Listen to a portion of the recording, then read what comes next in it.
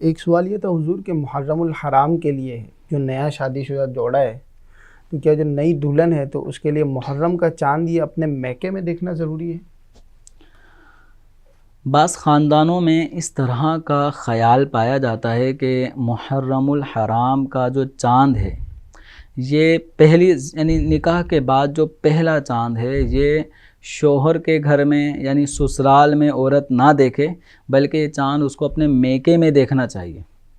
اب اس کے پیچھے کیا کانسیپٹ ہے، یعنی اگر یہ چاند محرم الحرام کا اگر سسرال میں دیکھ لیا تو کیا آفت آ جائے گی، شوہر کے گھر میں دیکھ لیا تو کیا مصیبت سر پہ پڑے گی، یہ کیا ایک خیال ہے، اور یہ میکے میں ہی دیکھنا چاہیے، یعنی اس کے پیچھے لگتا ایسا ہے کہ ایک وہم ہے۔ تو اگر اپنے میکے میں دیکھے گی تو اس کا رشتہ اچھا چلے گا، اور اگر اس نے چاند محرم کا اپنے سسرال میں دیکھ لیا تو نہ جانے رشتے میں کوئی ٹوٹ پھوٹ نہ ہو جائے۔ تو اگر یہ سوچ ہے تو یہ وہم ہے،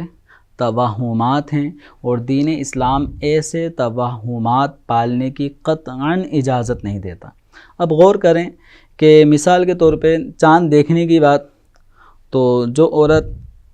مطلب جس کو دور کا نظر ہی نہ آتا ہو یا وہ بینائی سے محروم ہے، تو محرم کیا رمضان کا بھی چاند اسے نظر نہیں آئے گا، تو وہ وہاں میکے جا کے کیا دیکھیں۔ اسی طرح جس کے والدین کا انتقال ہو گیا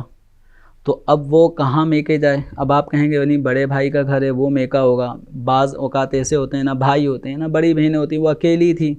ماں باپ بھی فوت ہو گئے، تو اب وہ کہاں جائے۔ تو یہ بلا وجہ کی مطلب مشکل میں پڑنے والی بات ہے، اور اگر اس کے پیچھے کوئی کانسیپٹ باطل وہمی خیال ہے تو اس کو بالکل جھٹک دینا چاہیے۔ باقی رہا یہ کہ چاند کہاں دیکھے،